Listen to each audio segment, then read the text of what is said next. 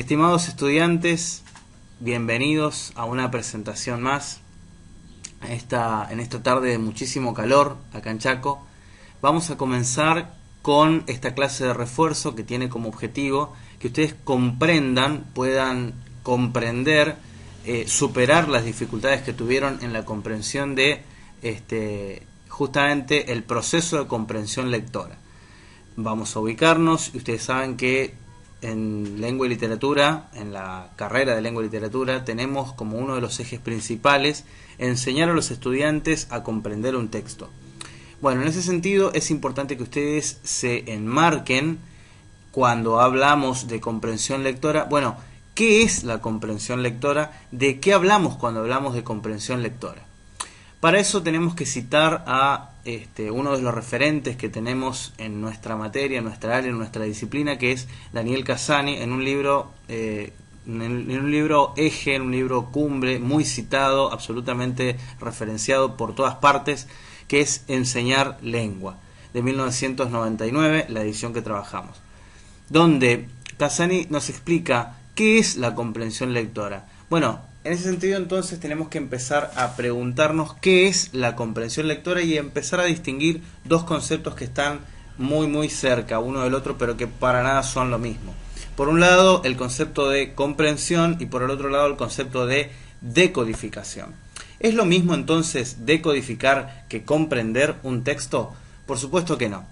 Decodificar, nos dice Cassani, es simplemente reconocer las letras, ¿sí? Unirlas y tratar de reconocer las palabras que están a partir de la unión de letras, es decir, silabear podría ser un buen ejemplo de lo que significa decodificación. Ahora, ¿eso es comprensión? No, claramente dice Cassani, hay que distinguir que cuando uno lee tiene que comprender el significado que vehiculan esas palabras y que nos permiten hacernos una idea global del mensaje que el autor del texto nos quiso enviar, nos quiso propuso en el texto, ¿no? Muy bien, pasamos a la siguiente entonces diapositiva. En ese sentido tenemos que aclarar que existen distintos tipos de lectura. Claramente, así como ese concepto preliminar, en el concepto preliminar decíamos, no es lo mismo decodificar que comprender un texto, también tenemos que decir que no hay una sola forma de leer. Hay muchas y variadas formas porque hay muchos y variados propósitos de lectura. ¿Está bien? Entonces, en ese sentido tenemos que plantearnos, bueno, ¿siempre leemos todos los textos de la misma manera? Bueno, y aquí está el eje de la cuestión, el tema por el cual se ha hecho necesaria esta clase de refuerzo, ¿sí? Y nos encontramos con las microhabilidades de lectura. Estas microhabilidades de lectura, también, por supuesto, basándonos en el esquema de Cassani, ¿sí? Que a su vez está siguiendo a Orwell, 1984. Esta, de hecho, es una reproducción del cuadro de Orwell, ¿sí? En donde él plantea cuáles serían las principales microhabilidades que uno tiene que trabajar con la lectura. Ahora bien, esto no significa que todas estas microhabilidades tengan que trabajarse y, profundizarse en cada una de las lecturas. El trabajo con cada una de estas actividades va a depender casi exclusivamente del tipo de lectura que estemos desarrollando. En ese sentido es muy importante combinar estos conceptos, el del tipo de lectura que estamos por trabajar con las microhabilidades que vamos a abordar. En ese sentido, por ejemplo, la memoria a corto plazo y a largo plazo, ¿sí? Son un elemento fundamental en la lectura, ¿no? En la memoria a corto plazo, por ejemplo, retenemos la información que nos permite conectar la información del primer párrafo, leída en el primer párrafo, con la información del segundo. Con lo cual, la memoria a corto plazo es muy importante de trabajar, sobre todo y fundamentalmente con la lectura intensiva, esa que me tiene que permitir reflexionar una y otra vez acerca de un fragmento particular de un texto corto, básicamente, ¿no?